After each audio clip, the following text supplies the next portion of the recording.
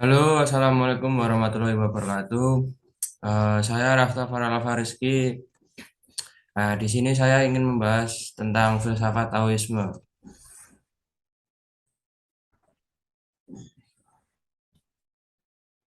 Nah, latar belakang munculnya Taoisme itu dulu ketika keadaan kerajaan Zhou pada abad ke-6 sebelum Masehi yang mengalami masa kehancuran akibat penyelewengan dalam pemerintahan.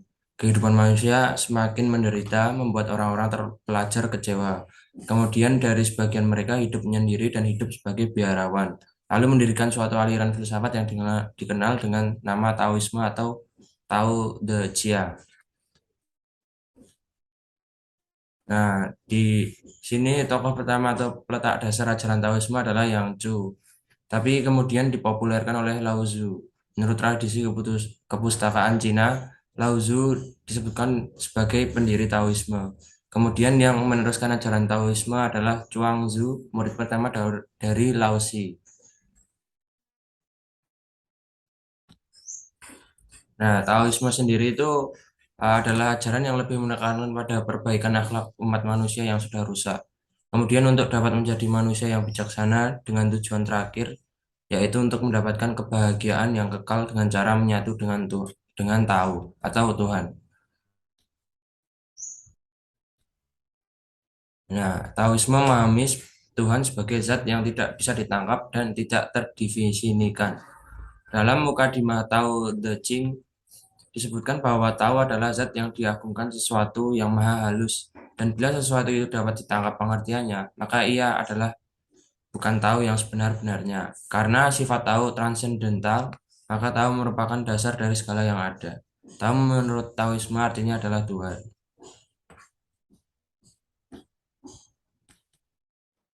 Nah, filsafat Taoisme juga dapat dikatakan empiris dan juga praktis. Empiris karena konsepsi kefilsafatannya merujuk pada fenomena alam yang mudah ditangkap dan diamati oleh manusia.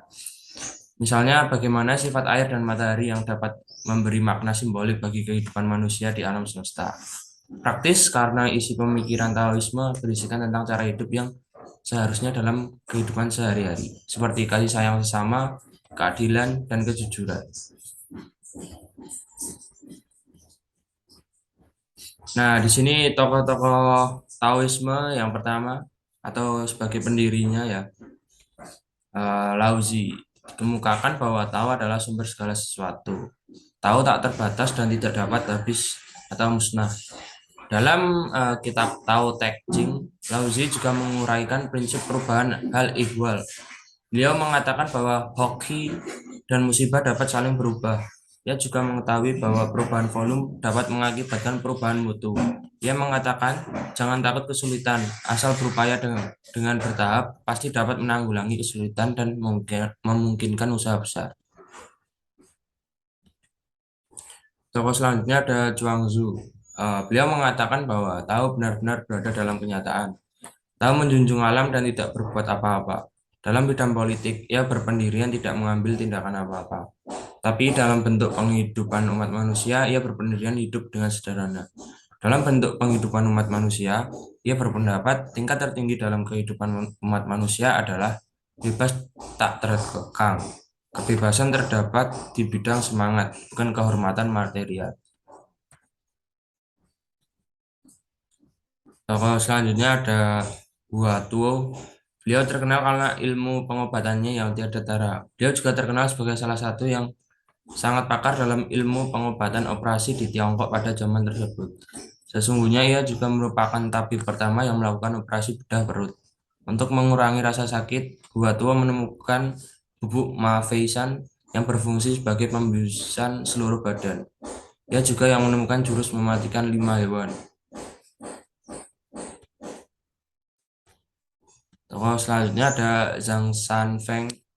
Beliau terkenal karena selain sebagai pendiri perguruan Butong Pai, juga menurunkan ilmu pengobatan serta ilmu silat kepada para muridnya. Selain itu, beliau juga mengajarkan agama Tao kepada para pengikut-pengikutnya. Beliau juga terkenal karena sebagai pencipta ilmu yang sangat tersohor yaitu Tai Chi Chuan dan juga olah diri Qigong. Ilmu ini ternyata bisa memperpanjang umur dan menjaga kesehatan tubuh manusia. Zhang Sanfeng juga tercatat sebagai tokoh yang menekankan pentingnya ilmu kedewaan atau berusaha menjadi dewa. Tokoh selanjutnya ada Dao Hongjing. Beliau merupakan tokoh Tao yang sangat ahli di dalam bidang astronomi, ilmu pengobatan, serta strategi di dalam peperangan. Beliau Beliau terkenal karena ia adalah orang pertama yang berhasil dalam menyusun dan memperbaiki secara sistematis dan terperinci data ilmu obat-obatan.